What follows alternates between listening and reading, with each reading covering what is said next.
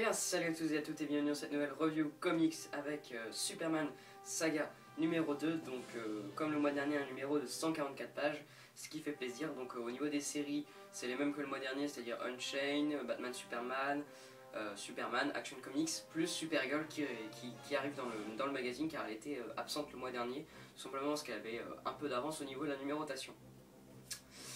Je vais commencer par vous parler des 3 backups d'Action Comics 20 à 22. Donc des backups de Scott Lobdell au scénario, Philippe Tan au dessin ainsi que Tom Derenick. Donc globalement ça se laisse lire, c'est plutôt sympa. C'est pas ce que Scott Lobdell a fait de pire. Après bon c'est pas hyper intéressant et je vois pas trop ce que ça va mener en fait, tout simplement ces petites histoires. Après bon je trouve ça plutôt intéressant, donc en fait ça nous montre Krypton.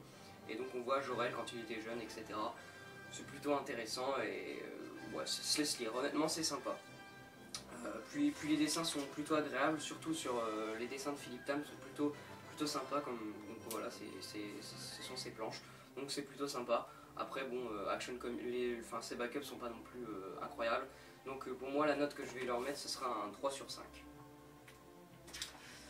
Voilà, ensuite je vais passer à Supergirl, donc Supergirl 21.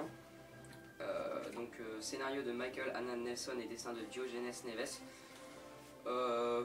Ça va, ça se laisse lire. Après bon, j'aimais beaucoup Supergirl au début dans DC Saga.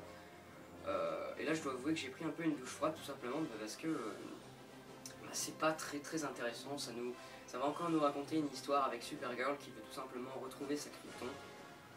Ça a déjà été raconté dans Hello on Earth, bon, même si Hello on Earth n'est pas un exemple à suivre vu que c'est pas terrible. C'est pas hyper intéressant, puis voilà, Supergirl est un personnage que je trouve qui tourne en rond. Voilà, elle est triste de plus voir Krypton, faudrait peut-être avancer un peu. Après, bon, c'est pas non plus catastrophique, les dessins sont plutôt sympas. Mais bon, c'est sûr que c'est loin d'être la qualité que c'était au début Supergirl et je suis assez déçu de ça. Après, comme je vous le dis, hein, c'est pas catastrophique. Donc ma note que je vais lui mettre à ce Supergirl 21, c'est un 3 sur 5. Voilà. Ensuite ensuite on arrive à Superman 20, donc scénario de Scott Lobdell et dessin de Aaron Kuder. Là pour moi c'est un peu le point noir du magazine, c'est vraiment pas terrible, que ce soit l'écriture de Lobdell qui est vraiment pas très bonne, enfin même pas bonne du tout. J'avais plutôt bien aimé les 2 derniers numéros, c'était plutôt sympa. Celui-là est vraiment un peu what the fuck, c'est tiré par les cheveux au possible, on a une conclusion, enfin c'est pas vraiment une conclusion mais on a le final de l'affrontement entre Orion et Superman qui prend une explication, etc. Enfin, franchement c'est vraiment tiré par les cheveux, j'ai pas compris, c'est pas intéressant. Donc voilà, un peu déçu, même très déçu de ce Superman 20. En plus de ça, bon je suis pas le plus grand fan d'Aaron Kuder, mais bon ça se laisse regarder, c'est pas incroyable mais bon ça va encore. Après bon, moi personnellement voilà, quand on regarde du Kenneth Rocafort, c'est sûr que moi c'était ça qui me faisait lire vraiment Superman. Là du Aaron Kuder, même si j'aime bien, ça va, c'est sûr que ça a du mal à compenser parce que en plus de ça l'écriture est vraiment pas terrible. Donc franchement c'est un raté pour moi ce Superman 20. Je vais lui mettre la note de 2,5 sur 5. Je lui mets quand même la moyenne parce que voilà, je suis plutôt bon public, mais bon là franchement c'est vraiment pas terrible, hein. Scott Lobdell, franchement alors c'est pas terrible quoi. Donc voilà, Superman 20. Ensuite on commence à rentrer dans le plus intéressant, enfin le plus abouti on va dire, avec Action Comics 20, donc le scénario de Andy Deagle et Tony S. Daniel et dessin de Tony Daniel. En fait Deagle s'est barré au bout de 2 numéros de DC. Donc ça a été à Tony Daniel de continuer le scénario. Donc c'est pour ça que maintenant Tony Daniel est aussi il se charge aussi du scénario, c'est tout simplement parce que Deagle s'est barré en cours de route. Franchement c'est bien, c'est une bonne lecture, c'est intéressant. Donc c'est tout simplement Superman qui se retrouve affaibli suite à son empoisonnement avec un agent mutagène que Lex Luthor lui avait mis en lui. Ils ont réussi à lui enlever de Superman, donc c'est une espèce de main comme ça. Sauf que cette main va en quelque sorte prendre forme d'un monstre et Superman va l'affronter. En plus de ça, les habitants de Metropolis se retrouvent contaminés. Et donc voilà, on a un Superman vraiment affaibli qui doit gérer ça, plus les habitants. Et donc tout ça est orchestré par Lex Luthor, c'était son but, c'était d'affaiblir Superman et ensuite de pouvoir frapper au moment opportun quand Superman serait vraiment dans un sale état. Donc voilà, c'est plutôt un bon scénario, ça se laisse lire, c'est une bonne histoire, moi franchement j'aime bien. En plus de ça, c'est servi par des dessins de Tony Daniel qui sont juste magnifiques. Enfin, regardez-moi cette planche, je la trouve sublime. Enfin, franchement, Tony Daniel est vraiment très très bon. Je le trouve encore meilleur qu'il était sur les débuts de Detective Comics en termes de dessin. Donc franchement, c'est un vrai régal pour les yeux. Moi, j'adore les dessins et cette série, j'aime beaucoup. Franchement, c'est une réussite. Donc pour moi, Action Comics 20, je lui mettrai la note de 3,5 sur 5. Parce que franchement, voilà, c'est vraiment une bonne série. Et là, voilà, on rentre vraiment là dans le lourd du magazine avec Batman Superman, donc de Greg Pak et Jay Lee, donc Greg Pak au scénario et Jay Lee au dessin. Que dire, hein, franchement, c'est vraiment une belle surprise cette série, je l'attendais pas forcément. Et franchement, elle m'impressionne de plus en plus, que ce soit les dessins de Jay Lee qui sont juste incroyables, il faut dire ce qui est, c'est magnifique. Enfin, voilà, c'est sublime. Il a un style particulier, mais enfin, franchement, c'est magnifique, il n'y a que ça à dire.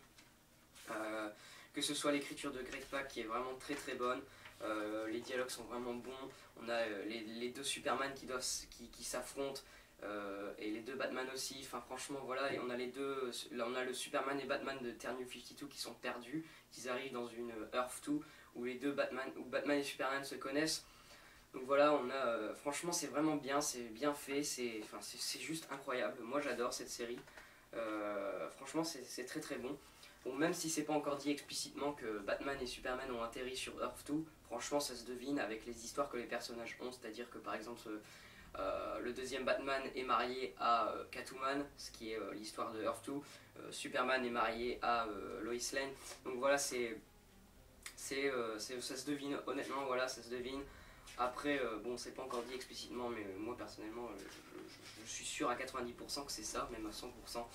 Que en fait Batman et Superman ont atterri sur Earth 2. Donc franchement Batman Superman 2 m'a vraiment encore une fois impressionné, c'est une très bonne série, franchement c'est celle, je pense que c'est une des séries qui vous fait acheter le Mac parce que franchement elle vaut largement le coup, donc n'hésitez pas à prendre franchement c'est un très bon numéro, donc pour moi ce sera 4,5 sur 5 pour cette série, enfin pour ce numéro.